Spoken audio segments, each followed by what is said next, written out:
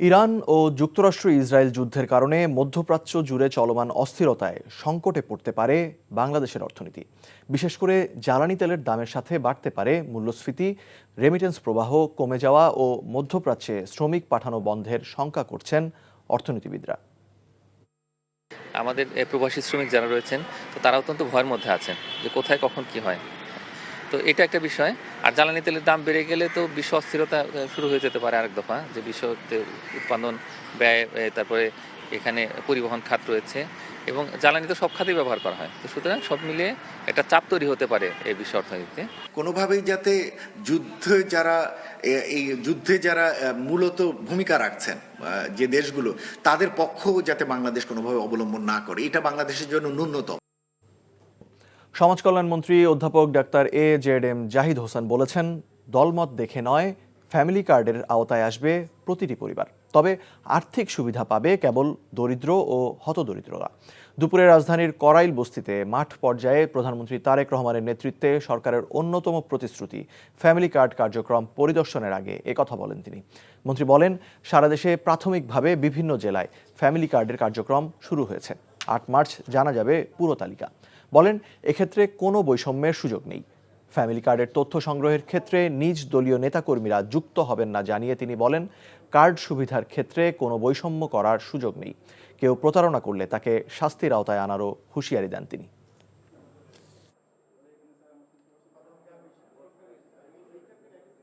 আমরা আশাবাদী যে এই পাইলটিংটা যদি আমরা সাকসেসফুলি শেষ করতে পারি, আগামী মাস থেকে অর্থাৎ ঈদুল ফিতরের পর থেকে আমরা তার পরবর্তীতে সেকেন্ড ফেজে যাব এবং গ্র্যাজুয়ালি আমরা র্যাপিডলি এটাকে আমরা স্প্রেড করব।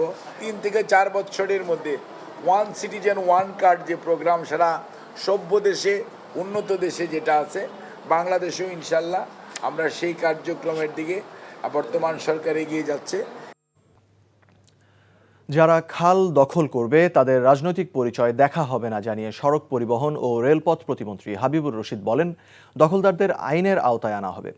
ঢাকা শহরের অভ্যন্তরে দখলকৃত খাল দ্রুত সংস্কার করা হবে বলেও জানান তিনি। সকালে রাজধানীর মান্ডা এলাকায় খাল পরিদর্শন ও মশক নিধন কার্যক্রম উদ্বোধন অনুষ্ঠানে এসব কথা বলেন তিনি। এ সময় ঢাকা দক্ষিণ সিটি কর্পোরেশনের প্রশাসক আব্দুস সালাম বলেন, রাজনৈতিক সরকার না থাকায় নগরবাসীর সেবা বিঘ্নিত হয়েছে। 30 দিন ব্যাপী বিশেষ মশক নিধন কার্যক্রম তদারকি করতে 10টি টিম গঠনের পাশাপাশি এলাকা ভিত্তিক কমিটি গঠনের পরিকল্পনা রয়েছে বলেও জানান দক্ষিণের প্রশাসক।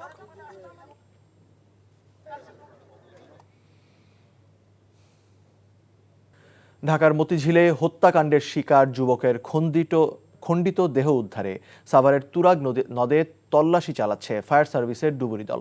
সিদ্দিকবাজার ফায়ার স্টেশনের ডুবুরি দলের ইনচার্জ মোহাম্মদ আব্দুল খায়ের জানান, সকালে আমিনবাজার সালেপুর ব্রিজের নিচে 4 সদস্যের ডুবুরি দল উদ্ধার অভিযান শুরু করে। শুরুতেই দেহের নিচের খণ্ডিত অংশ উদ্ধার করে ডুবুরিরা। এর আগে মতিঝিলের কবি জসিমউদ্দিন রোডের একটি ফ্ল্যাটে খুন হয় মোহাম্মদ ওবায়দুল্লাহ নামে এক যুবক। এখন পর্যন্ত বিভিন্ন স্থান থেকে খুন হওয়া ব্যক্তির বেশ কয়েকটি খণ্ডিত দেহ উদ্ধার করা হয়েছে। সকালে দাম বাড়ানোর পর রাতেও আরেক দফা স্বর্ণের দাম বাড়ানোর ঘোষণা দিয়েছে বাংলাদেশ জুয়েলার্স সমিতি। নতুন ঘোষণায় প্রতি ভরিতে সর্বোচ্চ ৩,266 টাকা পর্যন্ত বাড়ানো হয়েছে। 22 ক্যারেট স্বর্ণের দাম ভরি প্রতি 2,68,000 টাকা ছাড়িয়েছে। শনিবার রাতে এক বিজ্ঞপ্তিতে দাম বাড়ানোর বিষয়টি জানায় বাজুস। আন্তর্জাতিক বাজারে তেজাবি স্বর্ণের দাম বেড়ে যাওয়ায় স্থানীয় বাজারেও সমন্বয় করা হয়েছে বলে বিজ্ঞপ্তিতে জানানো হয়।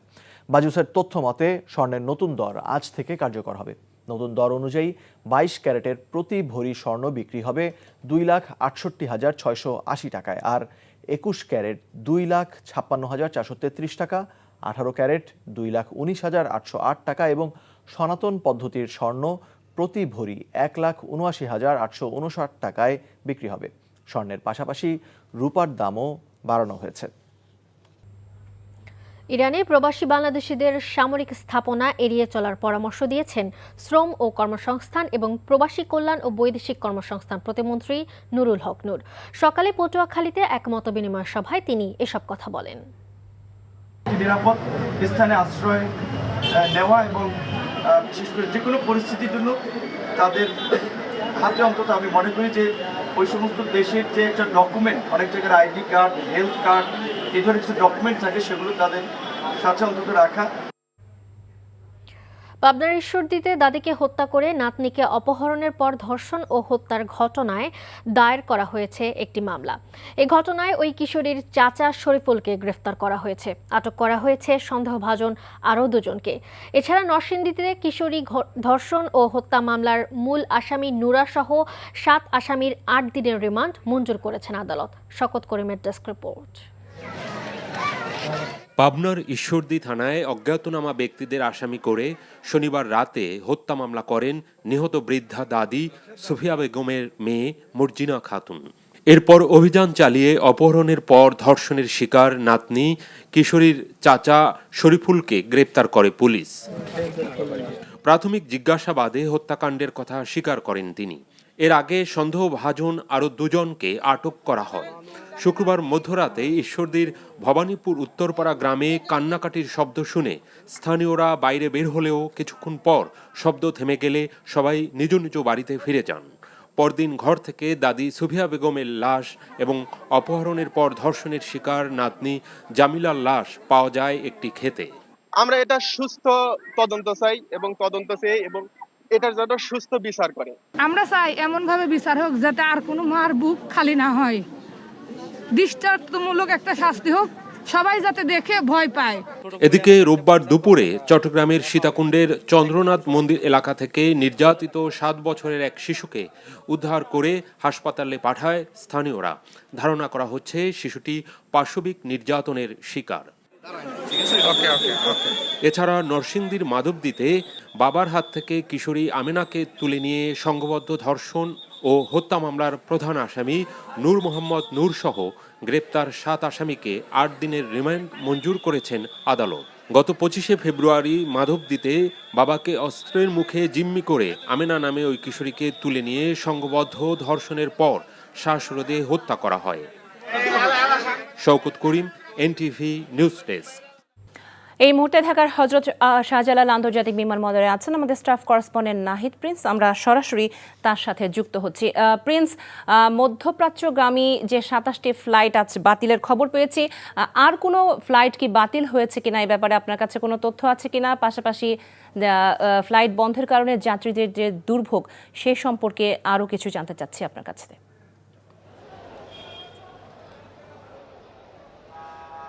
লোপা, মোট 79টি ফ্লাইট বাতিল হয়েছে।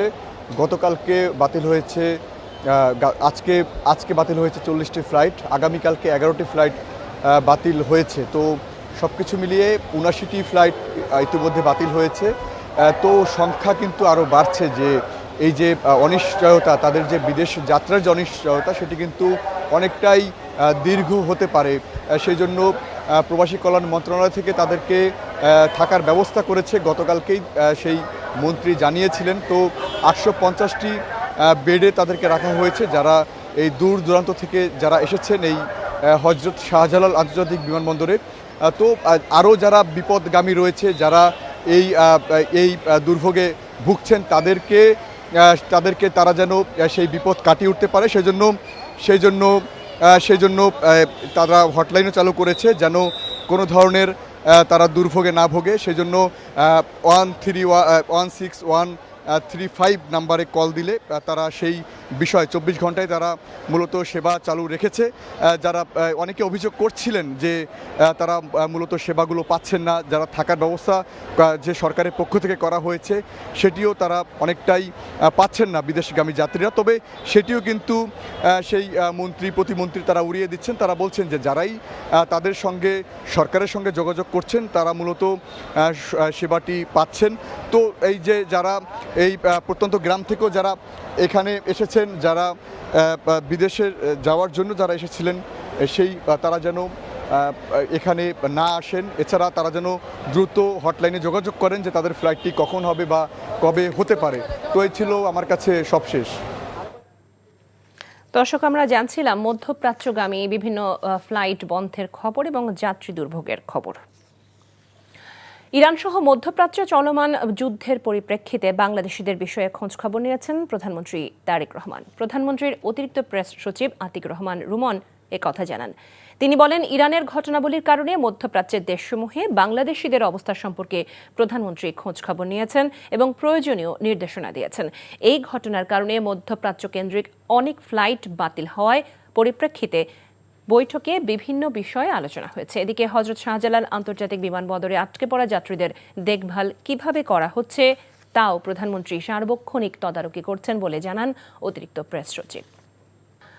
যারা গণতন্ত্রে ফেরি করেন তারা কিভাবে একটি দেশে অমানবিক হামলা করতে পারে, এমন প্রশ্ন তুলে জামাতে ইসলামের নায়েবে আমির ATM আজহার বলেন, জাতিসংঘ কয়েকটি দেশের তাদের তাবেদারের শক্তি হিসেবে অবতীর্ণ হয়েছে। ইরানের ওপর হামলা ও ইরানের সর্বোচ্চ ধর্মীয় নেতা আয়াতুল্লাহ আলী খামেনি সহ ঊর্ধ্বতন সামরিক কর্মকর্তাদের হত্যার প্রতিবাদে বিকেলে বিক্ষোভ মিছিল ও সমাবেশ করে বাংলাদেশ জামায়াতে ইসলামী। সমাবেশে ATM আজহার হামলা বন্ধ না করলে বাংলাদেশ থেকে ইসরায়েলি পণ্য বয়কটের হুঁশিয়ারি দেন। এ সময় জাতিসংঘ ও OICর বিরুদ্ধে অভিযোগ করেন তিনি। বলেন, মুসলিমদের নিয়ে OIC যথাযথ ভূমিকা পালন করতে পারছে না। বিক্ষোভ সমাবেশে ATM আজহার মুসলিম বিশ্বকে ঐক্যবদ্ধ হয়ে ইসরায়েল এবং তাদের মদতদাতাদের বিরুদ্ধে প্রতিরোধ গড়ে তোলার আহ্বান জানান। জাতিসংঘ গঠন করা হয়েছে কি জন্য? শান্তি প্রতিষ্ঠার জন্য। জাতিসংঘ কয়েকটি দেশের তাবেদার শক্তি হিসাবে তারা আজকে ভূমিকা অবতীর্ণ হয়েছে। নিরীহ শান্তিকামী দেশগুলোর পক্ষে তারা আসে না। এই জাতিসংঘ এই ভূমিকা পালন করে। জনগণ একদিন বলবে জাতিসংঘের কোনো প্রয়োজন নাই। আমরা জাতিসংঘকে তার যথার্থ ভূমিকা পালন করার উদাত্ত আহ্বান জানাবো। জাতীয় সংসদের প্রথম অধিবেশনে রাষ্ট্রপতিকে অভিশংসনের পর গ্রেফতারের দাবি জানিয়ে জাতীয় নাগরিক পার্টির আহ্বায়ক নাহিদ ইসলাম বলেন, নতুন এই সংসদকে সংস্কার পরিষদ হিসেবে ঘোষণা করতে হবে। রাজধানীতে জাতীয় যুবশক্তি আয়োজিত ইফতার মাহফিলে নাহিদ ইসলাম বলেন, এনসিপি সংসদে এবং রাজপথে শক্তিশালী বিরোধী দলের ভূমিকা পালন করবে। এ সময় জাতীয় নাগরিক পার্টির মুখ্য সমন্বয়ক নাসির উদ্দিন পাটোয়ারী বলেন, পেশি শক্তির রাজনীতি না করে মানুষের সেবার রাজনীতি করবে তাদের দল। পাটোয়ারী বলেন, দেশের সব সেক্টরের মানুষ দুর্নীতিতে নিমজ্জিত। দুর্নীতি দূর করতে না পারলে দেশের অগ্রযাত্রা বাধাগ্রস্ত হবে বলে জানিয়েছেন নাসির উদ্দিন পাটোয়ারী। দুর্নীতি দূর করতে সিস্টেম পরিবর্তনের দাবি জানান। জাতীয় নাগরিক পার্টি এনসিপি বিরোধী দলের যে ভূমিকা, সেই শক্তিশালী ভূমিকা অবতীর্ণ হবে। সেটা শুধু সংসদে নয়, সেটা রাজপথে। আগে এই জুলাই হত্যাকাণ্ডের বিচার নিশ্চিত করতে হবে, তারপরে অন্য সকল কথা আমরা শুনবো। দ্বিতীয়ত হচ্ছে, অন্তর্বর্তী সরকারের সময় অনেকগুলো অধ্যাদেশ জারি করা হয়েছিল। যে অধ্যাদেশগুলোকে অনুমোদন দেওয়ার দায়িত্ব হচ্ছে এই বর্তমান যে সংসদ অধিবেশন হবে সেই সংসদের সকল অধ্যাদেশকে অনুমোদন করা হবে, এটা আমরা আশা করব। বর্তমান সরকার ক্ষমতায় আসার পর আইন শৃঙ্খলা পরিস্থিতির দৃশ্যমান উন্নতি হয়েছে উল্লেখ করে স্বরাষ্ট্রমন্ত্রী সালাউদ্দিন আহমদ বলেছেন, দেশের সকল সন্ত্রাসীদের গ্রেফতার করা হবে। আজ সচিবালয়ে সাংবাদিকদের প্রশ্নের জবাবে তিনি এসব কথা বলেন। মাঠ পর্যায়ে আইন শৃঙ্খলার কাজে সেনাবাহিনী নিয়োজিত থাকবে কিনা সে বিষয়ে সরকারের উচ্চ পর্যায়ে আলোচনা করে সিদ্ধান্ত নেওয়া হবে বলেও জানান স্বরাষ্ট্রমন্ত্রী। এ নিয়ে থাকছে নজরানা চৌধুরীর রিপোর্ট। চাঁদাবাজদের বিরুদ্ধে পুলিশের কাছে অভিযোগের পর পুলিশ প্রোটেকশনে থাকা অবস্থায় চট্টগ্রামের এক ব্যবসায়ীর বাড়িতে শনিবার গুলির ঘটনা ঘটেছে। দিনে দুপুরে ঘটা এরকম ঘটনাকে সরকার খুবই গুরুত্ব দিয়ে দেখছে উল্লেখ করে স্বরাষ্ট্রমন্ত্রী বলেন, এরকম কোনো ঘটনাকেই তারা ছাড় দেবেন না। ঘটনা কি ঘটবো তার আগে তো আমরা গণক নই যেটা জানবো, কিন্তু ঘটনা ঘটার পরে আমাদের দায়িত্ব আমরা পালন করছি কিনা সেটাই হচ্ছে মানুষের দেখার বিষয়। আমরা সেটা জনগণকে দেখাতে পেরেছি। বাংলাদেশে যত শীর্ষ সন্ত্রাসী আছে, এরকম যত চাঁদাবাজ আছে, তারা অতি অবশ্যই যাতে আইনের আওতায় আসে, ধৃত হয়, সেই ব্যবস্থা আমরা খুব দ্রুত নেব। ১.৫ বছরেরও বেশি সময় ধরে আইন শৃঙ্খলা রক্ষায় নিয়মিত বাহিনীগুলোর পাশাপাশি সেনাবাহিনীও দায়িত্ব পালন করছে। তাদেরকে কবে ব্যারাকে ফেরত পাঠানো হবে এমন প্রশ্নের জবাবে স্বরাষ্ট্রমন্ত্রী বলেন, সরকারের উচ্চ পর্যায়ে পরিস্থিতি পর্যালোচনা করে এ বিষয়ে সিদ্ধান্ত নেওয়া হবে। সরকারের উচ্চ পর্যায়ে আলোচনা করে আমাদেরকে নির্ধারণ করতে হবে যে সশস্ত্র বাহিনী আর কতদিন মাঠে থাকবে। তারাও আর মাঠে দীর্ঘদিন থাকতে চায় না। আইন শৃঙ্খলা পরিস্থিতি কতটুকু কি উন্নয়ন হয়েছে, কি করা যায়, সেটা একটা সমন্বিতভাবে আমাদেরকে দেখতে হবে। এর আগে ঢাকায় নিযুক্ত ভারতীয় হাইকমিশনার প্রণয় ভার্মা স্বরাষ্ট্রমন্ত্রীর সাথে সৌজন্য সাক্ষাৎ করেন। এ সময় তারা দুই দেশের সীমান্ত সুরক্ষার বিষয় নিয়ে পারস্পরিক আলোচনার উপর গুরুত্ব আরোপ করেন। নজরানা চৌধুরী, এনটিভি নিউজ, ঢাকা। রমজানের পরেই সিটি কর্পোরেশন নির্বাচনের শিডিউল ঘোষণা করা হবে বলে জানিয়েছেন নির্বাচন commissioner Abdur Rahman El Masud. Reporters forum for election and democracy RFEDর বার্ষিক সাধারণ সভা ও নির্বাচন অনুষ্ঠানে তিনি কথা বলেন। মাসুদ বলেন, স্থানীয় সরকার নির্বাচন কোনো দলীয় প্রতীকে হবে কিনা এ নিয়ে সংসদের সিদ্ধান্তের পরে তারা চূড়ান্তভাবে তফসিল ঘোষণা করবেন। অধ্যাদেশ 30 দিনের মধ্যে সংসদে পাশ হলে ঈদের পর অগ্রাধিকার ভিত্তিতে কয়েকটি স্থানীয় সরকার নির্বাচনের সময়সূচি ঘোষণা করা হবে। সারা বছর ধরেই স্থানীয় সরকারের উপজেলা সহ বিভিন্ন পর্যায়ের নির্বাচন হবে। আব্দুর রহমান এল মাসুদ বলেন, জাতীয় নির্বাচন অবাধ ও সুষ্ঠু হয়েছে, এটা স্বীকৃতি দিয়েছে দেশি বিদেশি সংস্থা ও দেশ। সংসদ অধিবেশনে স্থানীয় সরকার নির্বাচনের আইনের অনুমোদন হলে সে অনুসারে কমিশন কাজ শুরু করবে বলেও তিনি জানান। নগর জুড়ে মশার উপদ্রব বেড়েছে কয়েক গুণ। মশক নিধনে স্থানীয় পর্যায়ে মনিটরিং কার্যক্রম চালানোর ঘোষণা দিয়েছেন ঢাকা দক্ষিণের প্রশাসক আব্দুস সালাম। এ সময় খাল দখলমুক্ত করার ক্ষেত্রে কারো রাজনৈতিক পরিচয় দেখা হবে না বলে জানিয়েছেন সড়ক পরিবহন প্রতিমন্ত্রী হাবিবুর রশিদ। তবে খাল উদ্ধারে সরকারকে আরও সময় দেওয়ার আহ্বান জানালেন LGRD প্রতিমন্ত্রী শাহে আলম। ফ্যামিলি কার্ড নিয়ে জালিয়াতি করলে ব্যবস্থা নেওয়ার হুঁশিয়ারও দিয়েছেন তিনি। নাজিবুর রহমানের রিপোর্ট। আবর্জনায় ঠাসা এসব জলাশয়ে এখন দখলদারিত্বের কালো ছায়া। এছাড়াও মাস জুড়ে মশার অত্যাচারের অতিষ্ঠ নগর জীবন। এমন বাস্তবতায় রোববার জনবিচ্ছিন্ন মান্ডাখাল সংলগ্ন এলাকায় পরিচ্ছন্নতা ও মশক নিধন কার্যক্রম চালায় ঢাকা দক্ষিণ সিটি কর্পোরেশন। মশা নিধনে 30 দিনের বিশেষ অভিযান সহ তদারকি জোরদারের ঘোষণা প্রশাসকের। অনুষ্ঠানে রাজনৈতিক পরিচয়ে খাল দখল নিয়ে প্রশ্নের জবাব দেন সড়ক পরিবহন প্রতিমন্ত্রী। যারা অবৈধ দখলদার এবং যারা দখলদার তাদের কোনো পরিচয় নাই, তারা দখলদার, এটাই তাদের পরিচয়। তাদের রাজনৈতিক পরিচয় বিবেচ্য করা হবে না। সুতরাং যারা এইসব অবৈধ দখল করবে আমরা তাদেরকে আইনের আওতায় আনবো। ওয়ার্ডব্যাপী এগুলো তদারকি হবে এবং সিটি কর্পোরেশন থেকে তদারকি করার জন্য আমরা অলরেডি 10টা টিম গঠন করে দিয়েছি। 10টা টিমে সেখানে আঞ্চলিক অফিসার কর্মকর্তা যারা আছে, ইভেন আমরা 3টা ম্যাজিস্ট্রেটকেও আমরা দায়িত্ব দিয়েছি। এদিন করাইল বস্তি পরিদর্শনে আসেন উত্তরের প্রশাসক ও স্থানীয় সরকার প্রতিমন্ত্রী। নিম্ন আয়ের মানুষের জীবনমান উন্নয়ন সহ 17 বছরের ব্যর্থতার চিত্র পাল্টে দেওয়ার প্রতিশ্রুতি দেন তারা। দীর্ঘ 17 বছরটা কাজ আমাদের কাঁধে দিয়েন না। আমরা 5 দিন হয়েছে এখানে যোগদান করেছি, আমরা তো চেষ্টা চালিয়ে যাচ্ছি। আমরা আগের চেয়ে বেশি করে যাতে মশক নিয়ন্ত্রণ রাখা যায় সেই ব্যাপারে আমাদের একটা পরিকল্পনা করেছি। ফ্যামিলি কার্ড পাওয়ার ব্যাপারে আমি এলাকার মানুষকে আপনাদের মাধ্যমে অনুরোধ করব, তারা যেন কোনো দালাল টাউট বাটপারের খপ্পরে পড়ে কাউকে কোনো ঘুষ বা পয়সা না দেয়। রবিবার দক্ষিণ ঢাকায় মশক নিধন কার্যক্রম তদারকি করতে কমিটি গঠন করেছে DSCC। কমিটিতে আছেন তত্ত্বাবধায়ক প্রকৌশলী শফিউল্লাহ সিদ্দিক ভুইয়া, মিঠুন চন্দ্র শীল সহ 7 জন কর্মকর্তা। এছাড়া অভিযান পরিচালনায় 2 জন নির্বাহী ম্যাজিস্ট্রেটও নিয়োগ দিয়েছে সংস্থাটি। Nazibur Rahman, NTV news, Dhaka.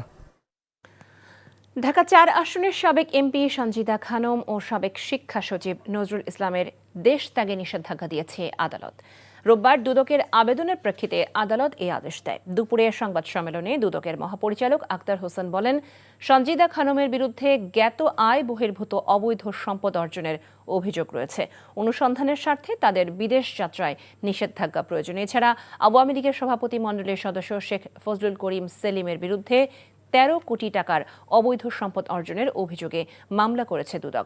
শেখ সেলিমের স্ত্রী সন্তানদের সম্পদ বিবরণী দাখিলেরও নির্দেশ দিয়েছেন আদালত। পবিত্র মাহে রমজান উপলক্ষে দ্বিতীয়বারের মতো হিফজুল কোরআন ও কোরআন তেলাওয়াত প্রতিযোগিতার আয়োজন করেছে বাংলাদেশ জাতীয়তাবাদী ছাত্রদল। সকালে ঢাকা বিশ্ববিদ্যালয়ের হাকিম চত্বরে আয়োজিত 4 দিন ব্যাপী এই প্রতিযোগিতার উদ্বোধন করা হয়। 4টি গ্রুপে বিভক্ত হয়ে মাদ্রাসা সহ স্কুল, কলেজ, বিশ্ববিদ্যালয় ও বিশেষ চাহিদা সম্পন্ন 2000 শিক্ষার্থী এই প্রতিযোগিতায় অংশগ্রহণ করছে। প্রাথমিক বাছাই পর্ব শেষে আগামী বুধবার চূড়ান্ত পর্ব অনুষ্ঠিত হবে। বিভিন্ন ক্যাটাগরিতে পুরস্কার হিসেবে নগদ অর্থসহ আকর্ষণীয় গিফট সামগ্রী ও সম্মাননা ক্রেস্ট প্রদান করা হবে। ক্যাসিনো কাণ্ডের সঙ্গে জড়িত কারোরই মোহামেডানের মতো ঐতিহ্যবাহী ক্লাবের নির্বাচনে অংশ না নেয়ার জন্য আহ্বান জানিয়েছে ক্লাবটির সমর্থকেরা। বিগত আওয়ামী লীগ সরকারের সঙ্গে সখ্যতার পর এখন বর্তমানে নির্বাচিত বিএনপি সরকারের আনুকূল্য নিয়ে যেন কেউ ক্লাবটির অগ্রযাত্রায় বাধা হয়ে না দাঁড়ান, সেই কামনা তাদের। মোমিনুর রিপনের রিপোর্ট। পতিত আওয়ামী লীগ সরকারের সময় ক্যাসিনো কাণ্ডে বিসিবির সাবেক পরিচালক লোকমান হোসেন ভূঁইয়া আটক হয়েছিলেন, খেটেছেন সাজাও। ক্রীড়াঙ্গনের তিনি যেমন পরিচিত মুখ, একইভাবে তিনি নানা কারণেই বিতর্কিত। বিসিবির সাবেক সভাপতি নাজমুল হাসান পাপনের কাছের জন হিসেবে তখন ছড়ি ঘুরিয়েছেন। এমনকি যে ক্লাবের কাউন্সিলর হিসেবে তিনি ক্রীড়াঙ্গনে প্রতিষ্ঠিত, তার সময় সেটি পড়েছিল ঝুঁকির মুখে। তাই মোহামেডানের সমর্থক গোষ্ঠীর চাওয়া এমন বিতর্কিত কেউ যেন ঐতিহ্যবাহী ক্লাবের কোনো নির্বাচনী কার্যক্রমে না থাকেন। যারা মোহামেডান ক্লাবে ইনভেস্ট ফন্ড করেছেন উনি হয়তো ছাড়া করতে পারে আইনের আদালতের মাধ্যমে, কিন্তু কীভাবে পেয়েছেন সবাই জানি আমরা। বাংলাদেশে আইন আদালত কীভাবে চলছে তা আমরা সবাই জানি। কিন্তু মোহামেডানের সমর্থকদের কাছ থেকে উনি একজন চিহ্নিত দুর্নীতিবাজ এবং কর্মকর্জনের ব্যক্তি। এইটা উনি কোনো বস্তু মুছে ফেলতে পারবেন না। এবং মোহামেডান ক্লাবে যে ইনভেস্টটা উনি পূর্ণ করেছেন সেটা ভিডিও আনতে পারবেন না। এবারের নির্বাচনে সভাপতি পদের জন্য বরকতুল্লাহ বুলু, জয়নুল আবেদিন ফারুক, সাজেদ এ আদেল ও শওকত আজিজ রাসেল মনোনয়নপত্র সংগ্রহ করেছেন। পরিচালক পদের জন্য প্রার্থীদের অন্যতম লোকমান হোসেন ভূঁইয়া। Mominur Ripon, NTV news, Dhaka.